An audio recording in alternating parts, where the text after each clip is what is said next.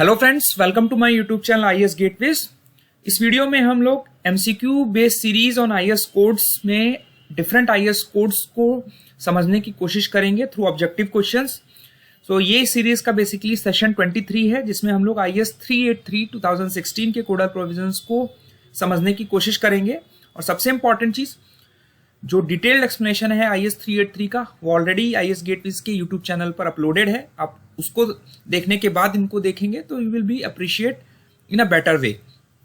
दूसरी इंपॉर्टेंट चीज, इसके पैरेलल में IES-GATEWiz ऐप पर जो वीडियो कोर्स चल रहा है, उसमें भी मैंने 4 वीडियोस अपलोड किए हैं। सब्सिक्वेंटली IES 383 का मैं 5th वीडियो अपलोड करूंगा, जो कि इन क्वेश्चन से अलग होगा on the continuation of this series.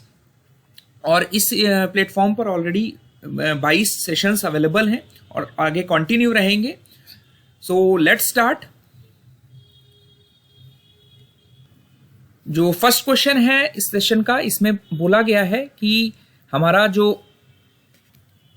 IES 383 के प्रोविजंस के अकॉर्डिंग हमारी जो क्रस्ड सैंड है, जो हम कंक्रीट में प्रोडक्शन के लिए नॉर्मल स्ट्रक्चरल पर्पसेस के लिए यूज कर रहे हैं, वो कितनी कैटेगरीज में हमारी क्लासिफाई की गई है। तो अगर हम क्लॉज 3.1.2 देखें तो जो हमारी क्रस्ड सैंड है, this is basically a fine aggregate. मैंने आपको एक्सप्लेन भी किया था कि जो हमारे फाइन एग्रीगेट्स हैं, इनका जो मोस्टली जो पार्टिकल्स इसमें प्रेजेंट है, उनका जो साइज है वो 4.75 mm से कम होता है, जो मोस्टली पार्टिकल्स उसमें हैं। तो क्रस्ड सैंड हमारी नेचुरल सैंड से अलग है, ठीक है। यानी अगर रिवर सैंड के कंपैरिजन में करें तो रिवर सैंड जो है, it is different from crossed sand. अब क्रस्ड सैंड बनती कैसे है, उसके लिए हमने क्या किया, कोड ने क्रस्ड सैंड को 4 अलग अलग ग्रुप्स में क्लासिफाई किया। पहला ग्रुप ये कहा गया कि ऐसे फाइन एग्रीगेट्स जो हार्ड स्टोन को क्रश करके बनाए जा रहे हैं, वो हमारे क्रस्ड स्टोन सैंड की कैटेगरी में आएंगे। तो ये हमारा पहला ग्रुप हुआ। दूसरी कैटेगरी हुई क्रस्ड ग्रेवल सैंड की, जिसमें हमारे फाइन एग्रीगेट्स नेचुरल ग्रेवल को क्रश करके बनाए जा रहे हैं।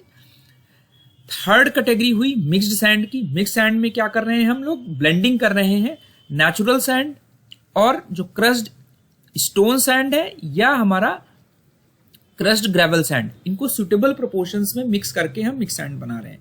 आप अनक्रस्ड सैंड भी यूज कर सकते हो मिक्स सैंड बनाने के लिए, लेकिन उसके लिए हमारी जो ग्रेडेशन की रिक्वायरमेंट है वो अलग है।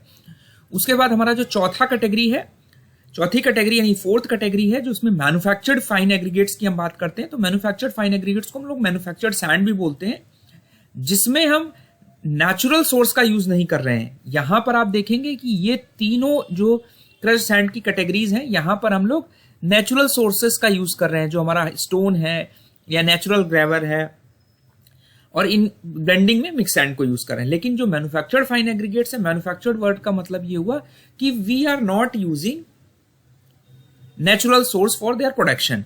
तो अदर देन नेचुरल सोर्सेज में लाइक हमारा कॉपर स्लैग हो गया, आयरन स्लैग हो गया, तो डिफरेंट प्रोसेसिंग से जो हमें मटेरियल मिल रहे हैं और उनको फर्दर प्रोसेस करके डिफरेंट टेक्निक से, सेपरेशन से, वॉशिंग से, क्रशिंग और स्क्रबिंग से जो हम एग्रीगेट्स बना रहे हैं, उन्हें हम मैन्युफैक्चर्ड फाइन एग्रीगेट्स बोलते हैं। और अगर हम सैंड फाइन एग्रीगेट्स की बात कर रहे हैं तो उसे मैन्युफैक्चर्ड सैंड बोलेंगे। तो हमारे पास 4 कैटेगरीज हो गई क्रस्ड सैंड की।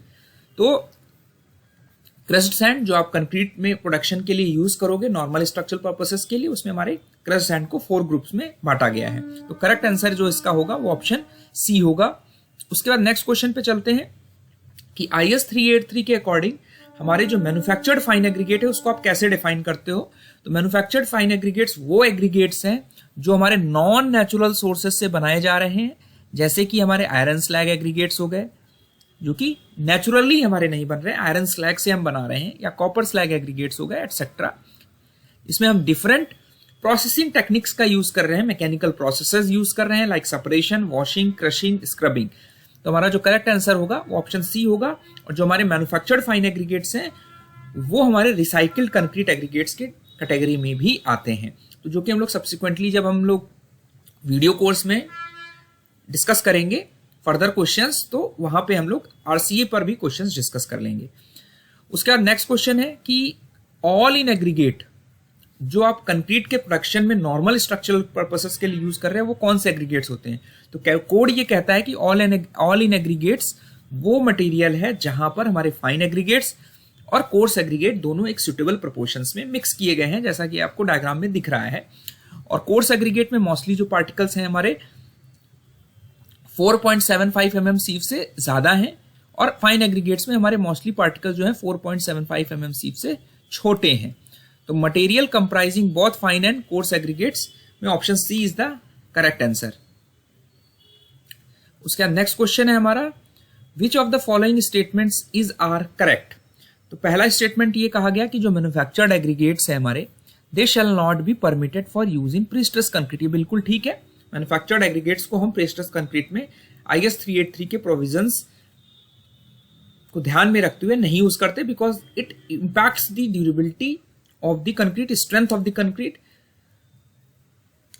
दूसरा स्टेटमेंट ये है कि जो मैन्युफैक्चर्ड एग्रीगेट्स आप यूज कर रहे हो, they shall be permitted with their extent of utilization. एक लिमिट तक ही परमिटेड है एग्रीगेट्स में, and they are expressed as a percentage of total mass of fine aggregates, ना कि हमारा सीमेंटेशियस मटेरियल के रेस्पेक्ट में इनका एक्सटेंट ऑफ यूटिलाइजेशन लिखते हैं।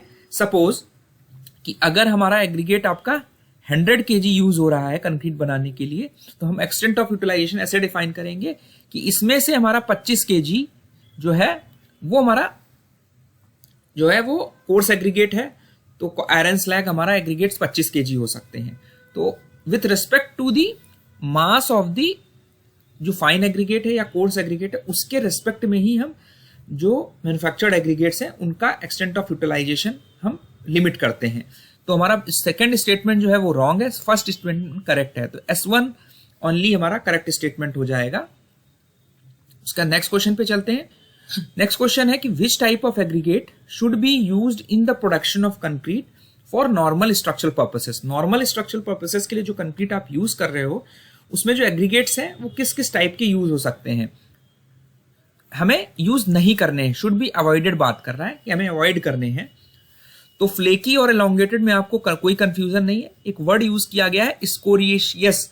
स्कोरिएशियस का मतलब है कि these are porous structure. Generally जो सेलुलर स्ट्रक्चर वाले जो एग्रीगेट्स हैं वो हमारे एग्रीगेट्स परमिटेड नहीं है कंक्रीट प्रोडक्शन में, because they affect the strength and the durability of the concrete. तो हमारे तीनों कैटेगरी के जो ये एग्रीगेट्स हैं ये हमें कंक्रीट प्रोडक्शन में अवॉइड करना है। अगर स्कोरिएशियस एग्रीगेट्स की बात करें तो जो सेलुलर स्ट्रक्चर है, कुछ एग्रीगेट्स आपने इस तरह के देखे होंगे, these should be avoided. Generally जो हमारे एग्रीगेट्स हैं they should be hard, strong, dense, durable, clear, free from veins, free from injurious amount, disintegrated pieces and other deleterious substances as well as adherent coating। तो यहां पर हमारा correct answer option D हो जाएगा। इसके next question पे चलते हैं कि IS 383 2016 के अकॉर्डिंग जो परमिटेड एक्सटेंट ऑफ यूटिलाइजेशन है, परमिटेड एक्सटेंट ऑफ यूटिलाइजेशन का मतलब ये है कि आयरन स्लैग एग्रीगेट्स की बात कर रहा है कि आयरन स्लैग एग्रीगेट अगर आप यूज करना चाहते हो रेनफोर्स कंक्रीट को बनाने के लिए, तो जो आयरन स्लैग एग्रीगेट्स हैं ये कोर्स एग्रीगेट के कितने परसेंट तक आप लिमिट यूज कर सकते हो। तो अगर आपका कोर्स एग्रीगेट 100 kg यूज हो रहा है, तो कोड के अकॉर्डिंग अगर आपको RCC में यूज करना है iron slag aggregate as a coarse aggregate, तो मैक्सिमम लिमिट जो है वो 25% की है।